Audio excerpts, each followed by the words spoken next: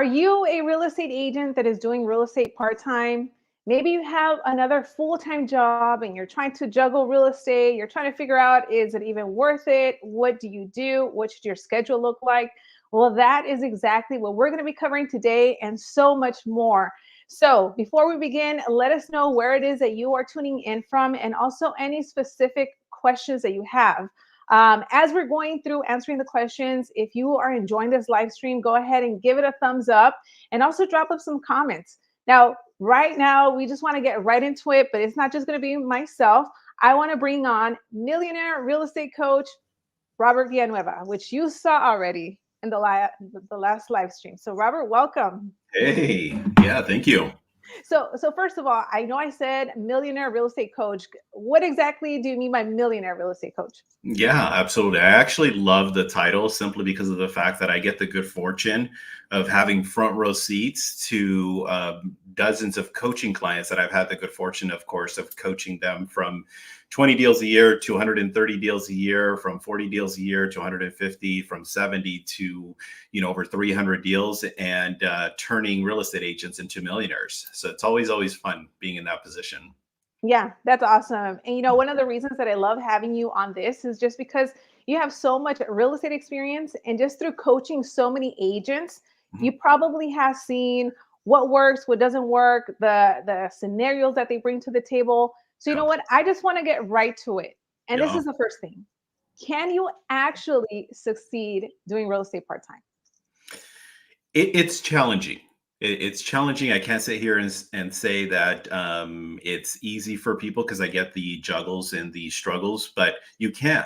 And it's really up to the individual themselves in regards to how badly they want it. So the answer to the question is, yeah, it can definitely be done if they really want it.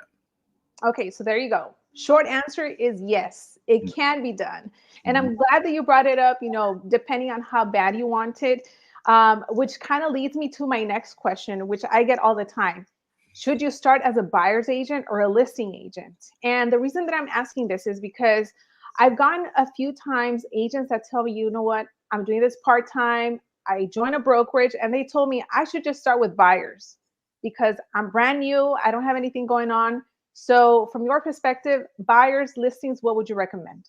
Well, the buyers are the lower hanging fruit. And in most cases, it's going to be a little bit easier to work with. And again, I say this with all due respect because I have to make sure that I'm attending to everybody in regards to the audience. But as far as buyers are concerned, the skill level that's required is basically how to open a lockbox. Okay. So going out there, showing people. The only challenge, though, is with working with buyers is that in most cases, it takes about 5 to 6 times more in terms of hours because you're having to go and show homes after homes after homes. So yeah, work with buyers, but I'm going to encourage you to work on your skills so that you can become a listing agent sooner rather than later, because the average listing is going to take about 2 hours worth of hours, whereas with a buyer's agent, it's going to probably take anywhere from 10 to 15 hours. Yeah. And to add on to that also, I would say if someone is doing real estate part-time, they probably have a full-time job. Maybe they're working 9 to 5, or maybe they're working the overnight shift, whatever that looks like. And buyers, once they're ready, you have to go out there based on their schedule, which might not even match up to your schedule. Yeah. I know when I started, I didn't do this part-time, but I went after listings just because I figured I could make the calls from home. I don't Yeah. have to go around showing buyers homes, and it just made it so much easier. Yeah. So along with that, how should an agent pick a brokerage if they're starting out part-time? Because, and then one more thing to add before you answer, maybe you can touch on whether I feel that sometimes agents are like, well, I'm just going to go to that brokerage that pays me 100% commission just because I'm doing this part-time anyway. And do I really need help? So go ahead. Yeah, it can be a long-winded response, and I don't want to go in that direction because I'm going to answer from 3 different directions. Number one, from a producer, and basically as you are, and from a broker, being a broker for 20 years. So I've had the other side of the conversations of, can I work for you for 100%? And then the third from a coach. But I'm going to be as quickly as I possibly can. You have to look for a company that's going to help support the goals that you want. The things that you want to work on, ideally it's going to be things along the line of skills, how-tos and so on and so forth. One of the benefits that Loida and I both have is the company that we're a part of right now, which is Real.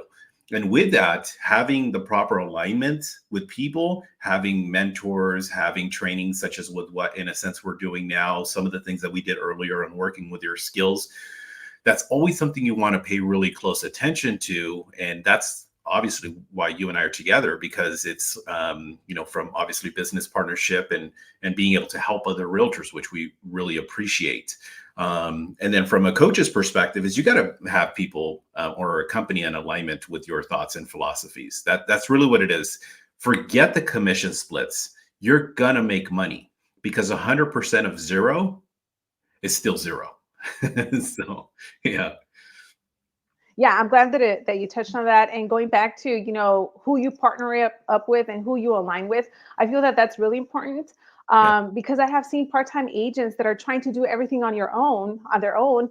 And I think it's really important for them to also leverage the company that they're with, or maybe other agents. Yeah. If you do have a buyer, maybe partnering up with another agent that can go and show the buyer, or you split, a deal, whatever that is, if you happen to be in that position where you can't do everything on your own. Let's stick on this point here just for a quick second, because might as well plug in with what we're going to be introducing here next month on February 15th, our VIP Mastermind. And that's a perfect example. So I'm glad you actually asked that question. And our VIP Mastermind is exclusively for the people that we're working with, people that are in our organization, because that gives you direct connection to people that have been there, that have done that, have this great mentorship setup. Or you can go with a brokerage that's going to give you 100% and say, hey, here's your desk. Let me know if you have any questions. Exactly. And we have links to everything. Robert has a Facebook group where we do role playing. We do a lot of trainings in there. We did that this morning. If you guys missed it, definitely jump on that next week. So again, all of the links will be in the description box below. Yeah. So moving on to the next thing, what should a schedule look like? Well, keep it simple. Okay, so there's 5 key things in a schedule. You got to work on your skills. You got to prospect some version. I don't care where you're getting business from, but you got to do some version of prospecting. Number 3 is you got to do lead follow-up. Number 4, when you start to transact business, that is going to be negotiating contracts. And then the 5th one is, of course, going on appointments. And I did put it in the order that it should be. So ideally, you're doing your skills right in that 7 to 8-ish window. You're prospecting from 8 to 12, 1-ish, 2-ish, and then lead follow-up, sprinkle it in between, and then everything else towards, in a sense, the afternoon. If you're a part-time agent, well, you have to take everything that I just said and then try to, do it in less time. You're going to have to consolidate that as much as you possibly can, but you can't avoid that, as much as possible. Awesome. Now, quickly, I want to ask you a question, because I think I saw this as a comment and I get it all the time. You probably get it too, or you've seen it, where some agents want to do this as a side hustle. Okay, I'm going to sell a few homes here and there. It's my side hustle. It's my hobby. What would you tell those agents that maybe are thinking that it's just easy peasy? I'm just going to get a deal. I mean, there are some people that can do it as a side hustle. And if you want a couple of extra bucks and that's what you're wanting to do, it's not my job to sit here and say that that's wrong. But if your ultimate goal is to eventually make this thing full time, here's what I like about this, Loida. What I like about this is the fact that we have people that are making, $200,000, $500,000, $1 million, $2 million, $3 million, even $5 million. And, and there's attending to doctors and surgeons that are making $400,000 or $500,000 a year that went to school for 10, 12, 15 years. And here we are, in a position working with people that are making over 7 figures.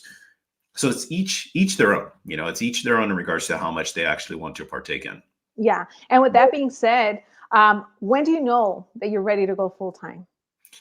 It takes time to build, of course, number one, the confidence, and number two, of course, the financial resources. Don't leave your job right away just because you want to jump in. It does take a little bit of time. I don't care if you find a listing today, you have a buyer today. It's going to take 3 to 6 months to at least be able to build some version of traction. Simple answer is, ideally, you want to have about 6 months reserves. That's probably about the good like trigger point, because that gives you at least the flexibility of, okay, I don't have the financial stress, because the worst thing to have is commission breath. And having commission breath, that's when you're desperate. You're like, please, I need this listing. Please just write an offer. You know, like I've already shown you 42 houses. So, yeah. Yeah.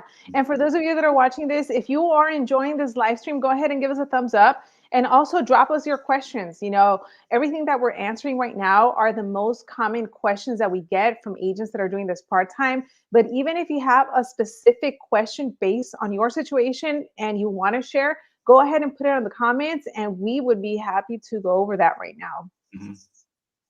So let's talk tools. Mm-hmm. What are some tools? Maybe it's, I don't know, anything, CRM, maybe it can be books, maybe it can be even coaching. What are some tools that part-time agents should at least start considering or invest in?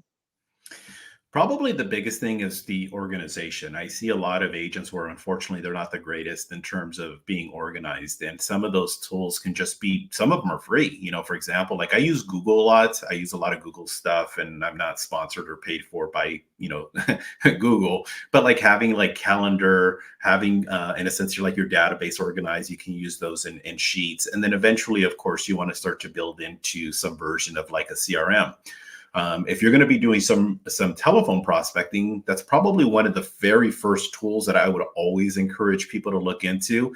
You know, products like Vulcan 7 is a great place to go to, so that you can get your phone numbers for, you know, just listed, calling for sale by owners, all the different expires, everything that's available in a sense out there. Those are probably the things that you're going to want to invest into first. Stay away from these six-figure cars, the $100,000. That's not a tool. You don't need that. Yeah. And so, but it's probably some more of the basic things from that direction: phone, communications, anything that has to do from that direction. Exactly. Yes. So there you go. And I have some links again in the description box below for you if you're like thinking, what can I get? And that kind of leads me up, because you kind of touched on it, on what should be the focus on to get clients. You brought up Vulcan 7, expires for sale by owners. So let's say, I'm going to give you a scenario. Let's say I am a part-time agent. I'm a nurse. So my hours vary, that I work 4 days, 12 to 15 hours, but I'm free Friday, Saturday, Sunday. Those are my free hours and days. What should I focus on or do?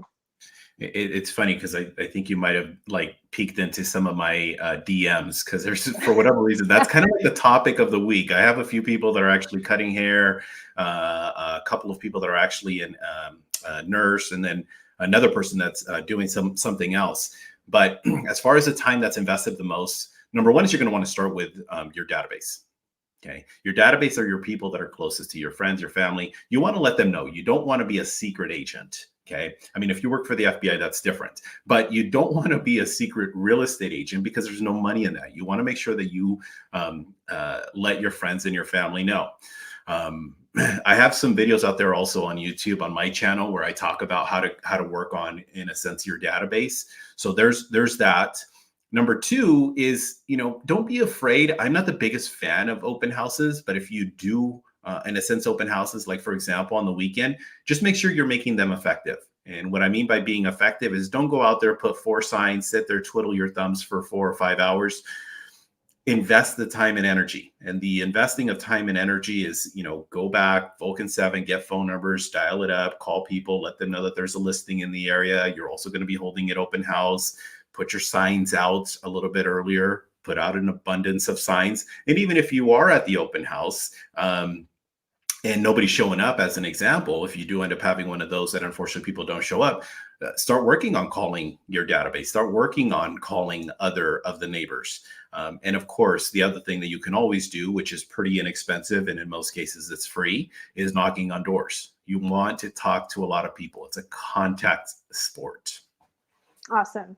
So Friday, Saturday, Sunday, what do you think about prospecting on the weekends on the phone? So calling maybe expired for sale by owners on Saturday or even Sunday. Yeah, absolutely. I think the only reason I didn't go quite so much in that direction is you got to get yourself a little bit skilled up. Mhm. Well, I don't want to say a little bit. You want to get yourself a lot skilled up. And once you, I don't want to say once. Don't wait till you're like, okay, I'm ready. But start working in that arena. Start working in that direction. There's a higher contact rate per hour on the weekends for obvious reasons. So get yourself skilled up, start working in that direction. And yeah, absolutely. Go after everything, whatever you possibly can. Yeah, I know from my experience when I call people during the week, sometimes they don't answer, or if they do, maybe they're busy or they're doing something and they hang up on me. But when I call them, let's say on a Saturday or even on a Sunday, now they tell me their whole life story. I end up setting an appointment and they had already forgotten about me anyway. So it's like a fresh conversation. Yeah. Unless you got to do it so you And can let me see. ask you this question, Loida, since you Okay. brought that up. Like, what is about the like contact rate, for example, like calling somebody on a Saturday versus calling them like on a Monday? What does that look like? So when I call on a Saturday, it's typically maybe from like 9 to 12, 12 Mm. or 1. Usually I can talk easily to like 10, 15 people. People are answering in the morning Yeah. versus during during the week, I want to be the first one calling at 8 a.m. I don't Mhm. want to be 9, 10 o'clock because by that time they're like hanging up or they just don't answer. Yeah. And then aside from that, a lot of agents are just not calling on the weekends. Mhm. So it goes back to skills. If Yeah. you are skilled, if you are confident in how you speak, your tonality, which is all stuff that we go over in your group, which again, the link is below, you're going to stand out versus every other agent that's calling. So yeah, that has been my experience. I highly recommend it. Yeah. And then the competition on the weekend with other Yep. realtors. It's like, yeah, Exactly. yeah. Yep. Mhm. Yes. So I know that in the past, you and I, aside from our live stream, we were having a conversation because a very popular question that we always get also is from like single parents or maybe single moms that have kids and they're like, you know what, I'm doing really well right now, but I want to take it to the next level. But I have my kids. Like, can I actually do it? So, what are some tips that you have for single parents? Maybe since you have coached so many different agents. Mhm. Yeah. As far as for single parents is concerned, you got, I don't envy you for first of all. So I applaud you if anything, because I know that sometimes it can be very challenging being in that position, but you do have to maximize your time. And being in a position where you maximize your time is ideally having some version of isolation. And I get it. Not everybody's going to be in this position. And what I mean by that is that where and depending on, of course, whether it's a 2-year old, 3-year old versus like a 12 and a 13-year old, it's way different. 12, 13-year old, you're like, go play. A 2 or 3-year old, there's going to be, of course, a lot more attention. But the isolation that I'm referring to is trying to have some pockets, some windows, some time blocks where you can have to your own, whether it's working on your skills, the prospecting, and or, of course, the lead follow-up. The other thing too is please don't judge me for this because I'm not sitting here advocating of being a bad parent, but sometimes you want to be in a position where you have to look at alternative resources. And what I mean by alternative resources, the people that I've coached in the past, is whether there'll be a day, 2 or 3, where you have them at childcare, you have somebody who can actually be of some help. And again, I get it. Not everybody can be in this position, but if you can and you have the financial resources or the capabilities, take advantage of those situations because not everybody can do that. Yeah, and to add on to that, Mhm. something that a lot of ladies have actually told me that have been in those situations, especially if they have kids maybe 4 years or older, is that they'll get in a little huddle and they'll say, hey, look, between 8 and 12, mommy has to make a call. So if you need to come and get me, you have to use your lower voice or something like that. Mhm. And they tell me, I have these conversations and they respect my time just because I'm including them in what I'm doing, Mhm. and then sometimes they even incentivize them and let them know, hey, I'm doing this. And when I achieve this goal, we'll go to Disneyland. So, I mean, whatever you have to do to be able to create an environment so that you can also succeed and thrive.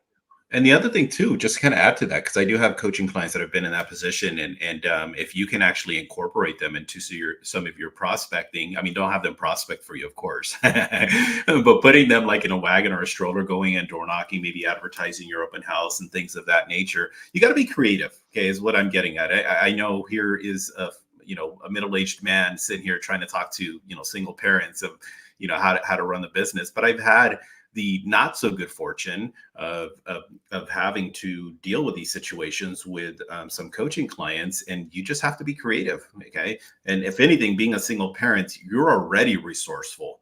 Okay. Because being a single parent is not easy, but try to find those pockets is what I'm getting at. Yes, awesome. And again, give us your questions. Go ahead and drop them in the comments.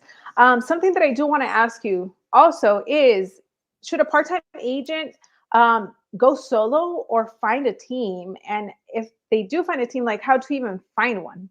Mhm. Um, each in a sense their own. So if you can go on your own, I'm going to encourage you always to go on your own as much as you possibly can. If you have the support, because I know it can be really challenging if you're on deal number 2, 5, 7, or whatever, 15 of your career, and being in a position where you're trying to do it on your own.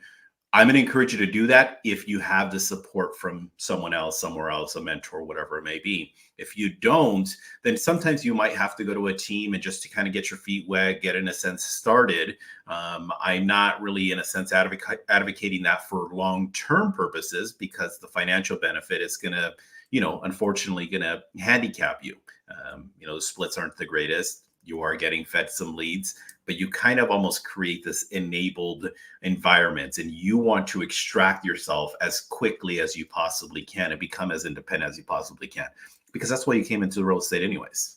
Yeah. And also, I would say, I would recommend anybody to just figure out what their long-term goal is. Why did you get into real estate? Was it Mhm. just for like some quick money here and there? Or do you want to build an empire or something later on? Like, what does that look like for you? I think that will definitely help someone kind of make better decisions, or at least do their research to see what company they should align themselves with and what kind of help that they can get.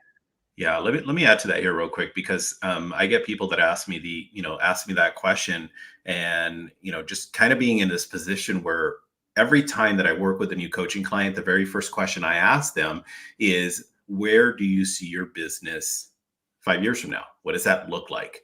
My job is to coach the individuals leading in that direction.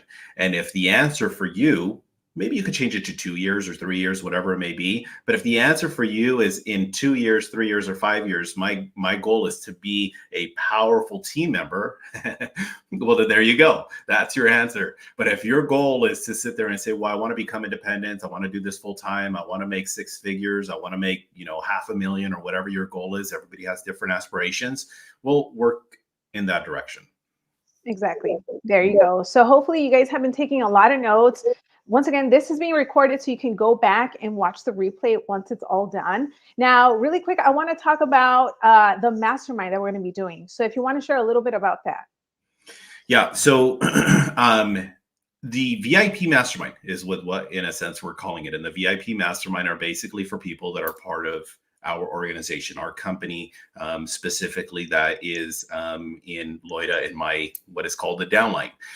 So for people that are actually looking for a new brokerage, looking for a new mentor, looking to partake in something where they can be independent, as what you asked me earlier, but also still kind of play a little bit of that team role concept.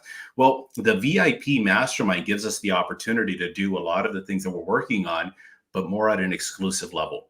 It's different when, for example, this morning, I think we had about maybe almost 30 people attend this morning. Okay. So when we have 30 people, it's a little bit of chaos in a sense all over the place. But when we have our VIP group and there's a smaller number, whether that be 5, 10, or 15 people, and we have a little bit of a larger window, it gives us that intimacy to where we can sit there and ask, hey, you know what, Loida, I have this one situation going on. How can I take care of that? How should I handle this? Or we can have, for that matter, a topic on how to improve on whatever that topic is. So that's kind of one of the, of course, benefits of the VIP group. So I'll open it up to the audience. I think the first one, I think we agreed that we're going to go ahead and let everybody participate in, but that's only the one-time trial. So you get a free 30-day pass, if you want to call it that, to our VIP mastermind, which is going to be on February 15th. And we're doing that also at this same exact time, 12 Pacific Standard and 3 o'clock Eastern. So yeah, I'm going to encourage you all to participate and just get, at least a glimpse of what that looks like. Yeah, and you can reach out to us through DM. Our Instagrams are there. There's also a link in the description for more information. And then aside from that, we've been talking a lot about skills. Skills pay the bills. That's what I like to say. I should probably get a shirt and get that done. But you brought it up just a couple of minutes ago. Earlier this morning, we were role playing in what you hold. You said Tuesday, Wednesday, Thursday, right? Or 3 times a week. So tell us more about that, because I think it's extremely important. There's always agents that are like, I need a role play. I need to work on my skills. So go ahead and talk a little bit more about your group. Yeah, absolutely. I'll definitely talk about the group. I love the group. So in this, skills pays the bills, as Loida basically talked about. And the approach that you can sit there and take is you download a script and you look at the script and you try to read the script and you use the script and then you don't get results. And then you go and get a role play partner and you practice the script and then you still don't get results. Well, in the group, what makes it different is what we do Tuesday, Wednesday, Thursday, 7:30 a.m. Pacific Standard, 10:30 Eastern Standard, is you'll get the opportunity and benefits. And I don't really like to talk too much about myself, but 25 years in the business, over 2,300 transactions closed. I'm going to sit there and say, Loida, you said this. I want you to say it this way instead. And the power behind that of somebody in your corner that can give you the opportunity to retool, revamp, improve your skill sets, and then you get the opportunity and benefit of going out there and utilizing it, the opportunities and the successes basically get shortened. And you have more successes at a faster rate because you're learning at a faster rate. So that's what we end up working on Tuesday, Wednesday, Thursday for about 30 minutes. And I also think it's very important to know who you are taking advice from. So you're very qualified. You have a lot of experience. So if you told me, hey, Loida, you sound monotone, you need to change it up, I'll be like, okay, yes, I'll do it. Because I know from experience that, you're telling me the truth. And I think that's really important, having someone on your side that's going to shoot you straight. Because at the end of the day, whether it's myself or Robert, we hope that whoever you associate with is trying to make you a better agent. So whether you have been watching my videos for a long time, or maybe even this live stream is helpful for you, go ahead and, let us know. And again, this group is very beneficial. Robert's always doing trainings on Wednesdays. I come in and we kind of go back and forth, but this is open to everyone. Yeah, absolutely. Let me add to with what you just said, because it's really important. People, you just kind of said it almost like underneath your breath and just kind of said it real quick. You have to understand, in this industry, there are so many gurus. There are so many experts. You have to ask them their personal experience. Okay. And this is really funny, because about 3 weeks ago, I got a DM from somebody that said, hey, Robert, I can help you with your business. I've been in the business now for 5 years and I've closed over 100 deals. And I'm not trying to belittle this person, but this person says that they've been coaching thousands of people. And I'm like, okay, so this person's been in the business for 5 years, done over 100 deals. My resume is just a little bit different. I'm not trying to put myself on a pedestal, but this person's coming across trying to brag to me about them coaching thousands of people. Okay, so you have to be careful who you're listening to. I'm not saying just listen to me or just listen to Loida, but you have to be careful, because there are so many experts now. It's so watered down now. It's so funny. Yeah. And which actually just reminded me of one thing. Whoever it is that you're listening to, first make sure that they're qualified and they have experience. But then aside from that, don't be listening to 5 to 10 or 10 different people and taking their advice from everyone, because then you're just going to get confused. If you are practicing like 6 different scripts, you might think, oh, well, Loida's script doesn't work. Maybe Robert's does because he's done more deals. But at the end of the day, maybe it's you. Maybe you don't practice. Your tonality is bad. Maybe you don't make enough phone calls. So again, pick one that suits your style and stick to it, and just be consistent and disciplined with it. Yeah, yeah, absolutely. Just make sure that, of course, the only thing I'm going to add to with what Loida just said is just make sure that there are, of course, some results behind it. You know, because there's so many different variations that are out there. Just make sure that there's results behind it. Stick to it. And what I mean by stick to it, I'm not talking about a day or two or a week or two. You got to stick to it for an extended period of time. Okay, so at least 6 months, if not, I would even recommend a couple of years to whatever that is. Exactly. Awesome. Well, I think we're going to wrap this up. I don't see any questions, but right now you have your last chance. For those of you that are watching this live, if you haven't been enjoying this, give it a thumbs up. We are actually going to come back live again next week for another live stream. So, you know, we're on a roll over here. I'm giving you some knowledge. Robert's giving his experience and knowledge as well. So stay on the lookout for that. So that will be next week. We'll see what topic we cover, but we can guarantee that it's going to be very beneficial for your business. So, Robert, any last things that you want to add? Just start putting it in your calendar. The goal is to continue to do at least one every single month. I think we agreed to, which don't hold me to it, but we're looking at the first Thursday of every single month so that you can start putting it in your calendar. And, you know, let us know what you want to talk about. I don't, you know, we can cover so many different topics, whether it's administrative, money management. We could talk about your schedule. We could talk about skills. We could talk about your database, all of these things. I think the only thing that I am going to plug in is I do have my YouTube channel, which is also the Robert Villanueva. So just go there. There are some videos, and every single week I'm putting out new videos on how to go after whatever that is. So that way it ties in with everything that Loida and I are doing. And then you can actually get fed that way as well. Exactly. Yes. And Robert's videos, they're not like 5 minutes. They're like training videos. So if you're looking for more knowledge and more of what you need to be doing to be successful, then go ahead and check that out. Yeah. Awesome. Well, Robert, thank you once again for doing this. We'll be back again next week. And for those of you that might be interested in possibly partnering with us, there's a link below that you can just fill out some information. We can get to know you and we'll reach out. So with that being said, we'll see you next week. Bye. Yeah. Ciao.